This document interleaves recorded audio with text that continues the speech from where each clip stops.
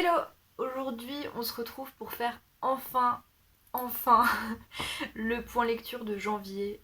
Je sais que j'ai beaucoup traîné pour faire cette vidéo. Mais voilà, comme vous l'avez vu, j'ai pas sorti de vidéo sur ma chaîne ces derniers temps parce que j'y arrivais pas tout simplement, j'arrivais à rien. J'étais dans une période où c'est pas spécialement par rapport à YouTube, mais j'arrivais à rien faire en général. Mais bon, là ça va mieux, donc il n'y a pas de souci à se faire. Et puis voilà, on va faire ce point lecture. Comme vous l'aurez compris, il n'y aura pas de point lecture de décembre parce que tout simplement, je vous ai parlé de mes lectures pendant les vlogs que j'ai fait tout au long du mois, donc je vois pas tellement l'intérêt de revenir dessus, j'ai rien de neuf à dire. Et donc voilà, c'est parti pour le point lecture de janvier 2021. Alors j'ai commencé mon année par relire Harry Potter et la Chambre des Secrets. Donc voilà, je continue ma énième relecture de Harry Potter. Il n'y a pas grand chose à dire, c'est un tome que j'aime bien et voilà, c'est Harry Potter, j'ai pas grand chose à dire dessus. Hein.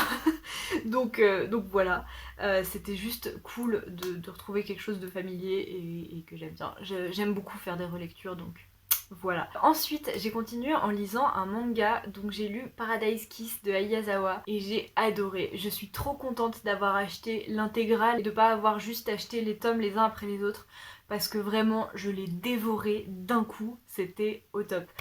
Du coup, Paradise Kiss, c'est un shoujo où on va suivre une lycéenne lambda au Japon. Elle passe toute sa vie entre ses études et ses cours du soir parce que elle fait tout pour rentrer dans une bonne fac en fait, et il n'y a pas grand chose d'autre dans sa vie, mais ça l'intéresse pas plus que ça, ses études en fait. Elle fait surtout ça pour faire plaisir à sa mère quoi, et voilà, c'est un peu ça sa vie. Mais un jour elle va rencontrer un groupe d'amis, ils sont 5 je crois, qui ont son âge et qui sont eux dans une école de mode, et tous les 5 ils ont monté leur petite marque et ils bossent, ils sont passionnés par ce qu'ils font et ils vont lui demander d'être mannequin pour eux pour un défilé, pour un concours dans leur école. Et elle au début elle est là mais vraiment non, je suis pas mannequin et puis qu'est-ce que vous voulez que je fasse. Et finalement, elle va commencer à s'interroger, elle va se demander si c'est pas mieux de tester des nouvelles choses plutôt que de rester concentrée dans ses études alors qu'elle sait même pas où ça va l'amener, etc. Et elle va finir par le faire. Et du coup, elle va remettre en question toute son orientation euh, scolaire et tout ça, et c'est super intéressant à suivre. Elle va vraiment envier les membres de Paradise Kiss, du coup, ces 5 personnes qu'elle va rencontrer, parce que eux, ils ont vraiment une vraie passion, ce que elle a pas et elle a jamais eu. Et du coup, elle va découvrir le mannequinat et tout ça, et ça va la passionner, etc. Bien sûr, il va y avoir une histoire d'amour avec un mec qui est dans ce groupe là, et voilà, et cette histoire elle est trop bien. Dit comme ça paye pas de mine, mais franchement déjà rien que les thèmes qui sont abordés, c'est-à-dire l'orientation scolaire, le fait qu'on soit perdu quand on est au lycée, la distance qu'on peut avoir avec les parents quand on n'est pas sur la même longueur d'onde par rapport à ça, ou quand on n'est pas à fond dans les études, ce qui est d'ailleurs un sujet assez important au Japon. Je m'y connais pas assez pour en parler comme ça, mais voilà, donc bref. Mais aussi par rapport à du coup la relation entre la personnage principale et ce mec là, qui va être une relation assez compliquée et mais assez réaliste en fait. C'est ça que j'adore dans les mangas de Ayazawa, c'est que euh, les choses, les événements, enfin tout ce qui se passe est assez réaliste et on a des vrais problèmes d'adolescents en fait, et de jeunes adultes. Et c'est vrai que d'habitude le shoujo c'est pas mon genre préféré, mais je sais pas, Ayazawa elle rend ça tellement bien que j'adore ses mangas, et du coup voilà, c'était top. J'ai trouvé que la fin était très bonne parce que justement, même si c'était pas un happy ending à fond, c'est pas spécialement ce qu'on aurait attendu pendant tout le long du manga, pour certains trucs. C'est une fin très réaliste et très logique, et voilà, j'ai tout aimé. Petite mention parce qu'il y a un personnage dans cette histoire qui est une femme transgenre. Alors c'est pas dit, enfin il n'y a pas le mot transgenre, mais c'est quand même mentionné, et pour un manga donc japonais qui est sorti fin 90 début 2000, franchement J'ai trouvé ça super bien traité. Je m'attendais à ce que ça soit assez problématique à ce niveau-là quand j'ai découvert ce personnage. Et en fait, c'était plutôt bien traité. Et même si, voilà, si c'était sorti en 2020, on aurait pu en redire des choses, on va dire. Mais là, c'est sorti il y a 20 ans et franchement, euh, c'était nickel. Bref, voilà. Donc j'ai beaucoup aimé ce manga, c'était trop bien, je vous le conseille à fond. Ensuite, j'ai lu ma meilleure lecture du mois. Franchement, j'ai fait des belles lectures ce mois-ci parce que j'ai lu Signal d'alerte. Donc c'est un recueil de nouvelles de Neil Gaiman. Évidemment, Neil Gaiman, il est toujours là. Et franchement, j'ai autant aimé Signal d'alerte que Des choses fragiles que j'avais lu l'année dernière, qui était aussi un recueil de nouvelles de Neil Gaiman. Et franchement, oh là là, mais vraiment, il ne me déçoit jamais, ce Neil Gaiman. J'adore, c'était trop bien. Donc c'est un recueil qui contient, je dirais quoi, 25 à peu près nouvelles, toutes fantasy, fantastiques, mais à des doses différentes. C'est-à-dire que des fois c'est vraiment dans un monde fantasy créé de A à Z avec ses propres règles, et il arrive à faire ça sur des nouvelles même assez courtes. Je sais pas comment il fait, il est trop fort. Ou alors des fois c'est dans notre monde, mais avec une pointe de fantastique, à des niveaux différents, voilà. Et à chaque fois, c'est trop bien dosé, trop bien fait. Je dis pas que j'ai adoré inconditionnellement toutes les nouvelles, parce que forcément, dans un recueil de nouvelles, il y a des choses qu'on va plus aimer que d'autres.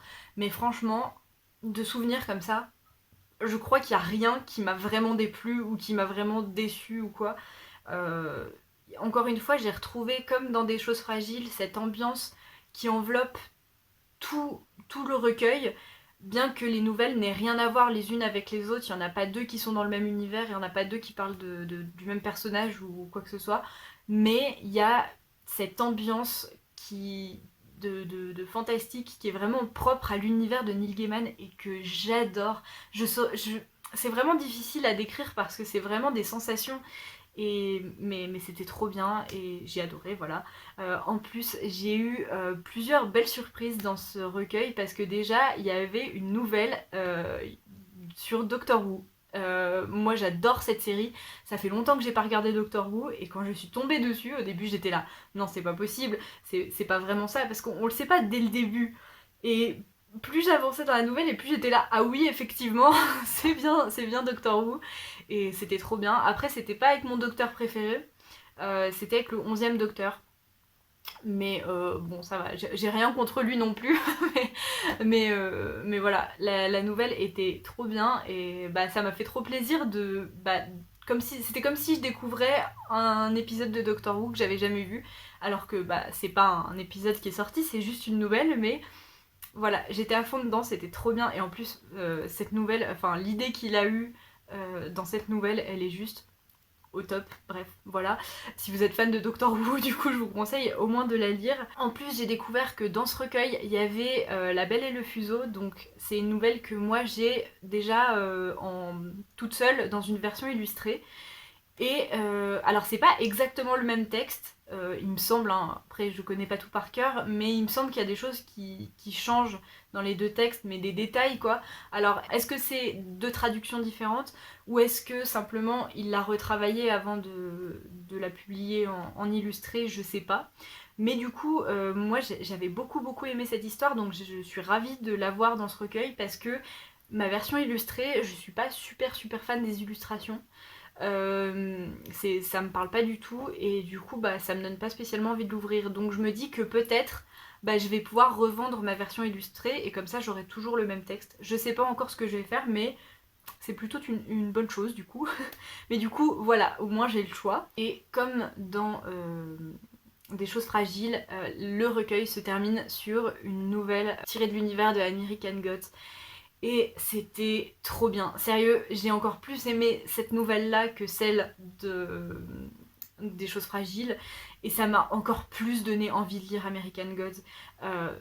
Ce livre, il me faisait déjà envie depuis pas mal de temps. En plus, il est dans ma palle. Mais plus ça va et plus j'ai envie de le lire. Donc voilà, j'ai trop hâte. Je pense que ça sera mon prochain Neil Gaiman. Et en plus, je savais pas du tout, mais il y a une série qui est sortie sur American Gods. Donc voilà, j'ai encore plus hâte de lire le roman parce que comme ça, s'il me plaît, je pourrais aller voir la série. Bref, voilà, que de belles choses dans ce recueil de nouvelles. Seul petit bémol, c'est un peu dommage qu'en français ils aient traduit le titre parce que du coup, signal d'alerte, bah ça veut. Enfin. J'avais pas tilté au début, mais en lisant l'introduction, j'ai compris pourquoi il s'appelait comme ça. En fait, le titre en anglais, c'est Trigger Warning. Et en fait, Neil Gaiman, dans l'introduction que je vous conseille vraiment de lire parce qu'elle est trop bien, il parle justement de ce terme de trigger warning qui est apparu bah, surtout par internet, il me semble, je sais plus exactement, mais voilà. Et il s'est posé beaucoup de questions par rapport à ça. Est-ce que il trouvait ça intéressant, mais est-ce que c'était vraiment utile? Enfin voilà, et il parle de ça dans son introduction, et c'est super intéressant. Et franchement, je vous conseille vraiment de la lire. Et d'ailleurs aussi, si jamais vous lisez un de ses recueils, il y a un truc que j'aime beaucoup, c'est que après l'introduction, il y a la liste de toutes les nouvelles avec un petit mot à chaque fois où il dit soit dans quel contexte il a écrit la nouvelle, ou comment l'idée lui est venue, ou alors une chose qui l'a inspiré, ou alors il dit que c'était une commande pour un truc bien précis, mais il explique pourquoi et tout. Et c'est toujours super intéressant de lire ça après les nouvelles. Moi en général c'est ça que je fais, je prends 2 marque-pages, je lis une nouvelle et après je vais voir ce qu'il a écrit dans l'intro parce que je préfère me plonger dans l'univers de la nouvelle sans rien savoir et après aller voir le contexte et tout ça. Et à chaque fois c'est super intéressant et c'est trop cool. Bref, je suis fan de Neil Gaiman, vous l'aurez compris, et j'ai trop aimé ce recueil. Il y en a un troisième, je crois qu'il y en a que 3 des recueils de nouvelles de Neil Gaiman. Je sais plus comment il s'appelle. Je me demande si c'est pas Miroir et Fumée, quelque chose comme ça. Mais en tout cas, c'est sûr que je l'achèterai très bientôt parce que voilà, j'ai adoré les 2 autres. Donc voilà, bref, il faut que j'arrête de parler de ça. Mais c'était vraiment ma meilleure lecture du mois. Ensuite, j'ai encore lu un manga. Cette fois-ci, j'ai lu que le tome 1. Donc c'est Tali, fille de la lune, oui, c'est ça. Et c'était plutôt cool. Donc c'est un manga français. Et d'ailleurs, c'était en sens de lecture européen. Et ça m'a pas gêné plus que ça. D'habitude, ça me perturbe beaucoup quand je lis un manga qui est dans ce sens de lecture là. Mais là, ça va, ça m'a pas dérangé. Donc plutôt bonne surprise. C'était vraiment très cool, mais après c'était assez basique, assez classique. Parce qu'en fait, donc c'est un shonen qui se passe dans un univers de fantasy, bah, justement très classique, hein, le genre de truc qu'on imagine direct quand on parle de fantasy. Et donc là, on va parler d'une jeune fille qui a un genre de don, un genre de pouvoir qu'elle a hérité en fait bah, de ses ancêtres, mais elle doit le cacher parce que toutes les femmes qui étaient comme elle avant ont été chassées et exécutées quoi. Une vraie, comme une chasse aux sorcières en fait, mais c'est pas vraiment des sorcières, mais on pourrait le comparer à ça je pense. Et elle est cachée par son père adoptif, mais un jour elle est découverte et elle va être obligée de s'enfuir. Donc voilà, elle va s'enfuir et sur sa route elle va rencontrer bah, des compagnons qui vont l'aider, etc. etc. C'est une histoire et un univers qui fait très fantasy de type jeu vidéo ou JDR. Et c'est très chouette, mais voilà, ça casse pas des briques. Ceci dit, j'ai quand même envie de lire la suite parce que ça m'a beaucoup intéressée. Donc voilà, j'ai envie d'en savoir plus. Mais après, voilà, si vous le lisez, bah, je vous le conseille, mais vous attendez pas à ce que ce soit une révolution, à ce que ce soit le manga du siècle ou quoi. Non, c'est très cool, mais sans plus pour l'instant. Je vous dirai si je lis la suite, dans quel sens ça évolue, etc. Voilà. Et enfin, j'ai lu Journal d'une princesse, donc les tomes 5, 6 et 7, parce que j'avais lu déjà les tomes 1, 2, 3, 4 en décembre. Et bah voilà, je vous en ai déjà parlé, mais Journal d'une princesse, c'est une saga qui a vraiment marqué bah, ma préadolescence, quoi, fin primaire, début collège. Et je les ai tellement relus à cette époque-là, je faisais que ça à un moment, je les relisais en boucle, j'adorais. Et voilà, j'ai trop aimé me replonger là-dedans. Ça m'a rendu un peu nostalgique, mais c'était trop cool de retrouver Mia et tout ça. Donc si vous connaissez pas Journal d'une princesse, C'est l'histoire de Mia, qui est une adolescente qui vient de rentrer au lycée au début de l'histoire. Elle habite à New York avec sa maman et voilà, elle vit sa vie. Elle a des problèmes d'adolescente, c'est-à-dire elle est beaucoup complexée par son corps. Elle a des problèmes par rapport aux gens qui sont plus populaires au lycée, etc., etc. Mais voilà, elle vit sa vie avec sa meilleure amie et tout ça. Et un jour, son père, qu'elle voit seulement de temps en temps, va revenir d'Europe et va lui dire que, eh ben, il a quelque chose à lui annoncer. En fait, il est devenu stérile et du coup, Mia est la seule enfant qu'il aura jamais. Et donc, il lui annonce de but en blanc comme ça qu'il est le prince de la principauté où il vit en Europe. Donc, clairement, ça s'appelle Genovia, mais c'est totalement Monaco. Hein. C'est Monaco bis, voilà. Et que du coup, ça fait d'elle sa seule héritière et qu'elle va devoir apprendre à être une princesse, etc., etc. Donc, forcément, ça va chambouler sa vie. Et voilà, donc c'est un petit peu n'importe quoi, mais d'un autre côté, sur certains points, c'est assez réaliste comme histoire, donc pas par rapport à l'histoire de princesse, mais justement par rapport à l'histoire, au fait que c'est une adolescente au lycée qui a ses problèmes d'adolescente. Sur ce point-là, c'est très bien fait, et il y a ce truc de princesse qui...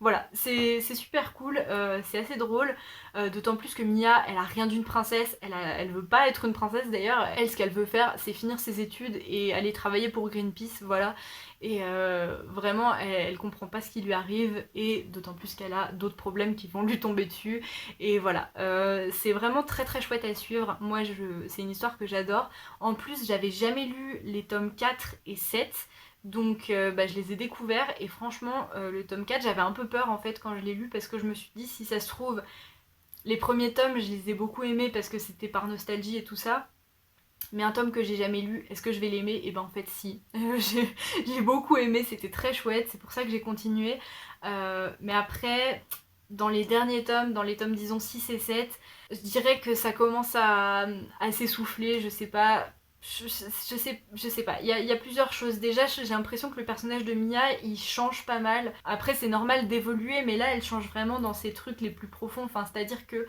elle a plus les mêmes priorités.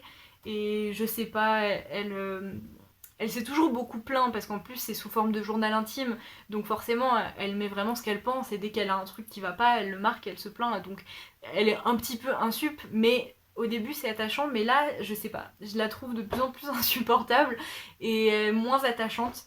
Donc je sais pas si c'est vraiment elle qui change ou si c'est juste que l'histoire devient peut-être moins intéressante parce que le concept s'essouffle un peu. En plus je trouve que les relations avec ses amis sont... Enfin surtout avec sa meilleure amie en fait. Sa meilleure amie elle est... Je trouve qu'elles ont une relation toxique en fait, parce que sa meilleure amie, elle se braque pour le moindre truc, elle engueule Mia pour des trucs qu'elle a pas enfin elle a pas à l'engueuler, et elle lui fait la gueule pendant des mois et tout, et ou alors elle la ridiculise tout le temps, ou elle la rabaisse et tout ça, et à la fin des tomes, elle s'excuse et après elle se trouve de nouveau meilleure amie, sauf que tu peux faire ça une ou deux fois, mais au bout de 5, 6, 7 fois, ça devient lourd, quoi. Moi, une amie comme ça, je serais pas restée avec elle, quoi. Donc, je sais pas. Je sais pas, je sais pas. Il y a aussi un truc qui va pas avec dans sa relation avec Michael, qui au début était au top, et... Dans les derniers tomes, sans spoiler parce qu'on sait jamais, il y a des trucs qui pour moi sont assez problématiques. Donc je sais pas. Est-ce que je vais lire la suite? Peut-être. Mais je pense pas que je vais acheter les 3 derniers tomes d'un coup comme j'ai fait pour les autres tomes que j'achetais 3 par 3. Là je pense peut-être que je vais commander le tome 8. Si ça me plaît, je continuerai, et si vraiment ça me reprend pas plus que ça, bah je m'arrêterai là.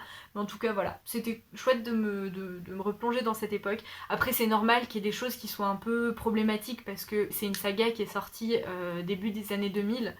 Donc, il y a des choses qui sont... Voilà, par exemple, il y a une vision des féministes qui sont pas incroyable, mais ça c'est surtout dans les derniers tomes en fait. Plus je réfléchis et plus je m'en rends compte. Parce que dans les premiers tomes, il n'y a pas spécialement de choses vraiment problématiques. D'ailleurs, même pour... Enfin, voilà, je sais... Bref, je sais pas, mais... Voilà, faut que j'arrête d'en parler parce que ça sert à rien. Mais bref, voilà, ça m'a fait plaisir. On verra si je continue ou pas. En tout cas, voilà où j'en suis. Et du coup, ben voilà, c'est tout pour ce mois de janvier, c'est déjà pas mal. Je suis assez contente de ce mois-ci parce que j'ai plutôt fait des bonnes lectures. Voilà, si jamais vous avez lu ces livres, n'hésitez pas à me dire ce que vous en avez pensé, votre avis m'intéresse beaucoup. Et voilà, et en attendant une prochaine vidéo, je vous souhaite de très belles lectures. Bye!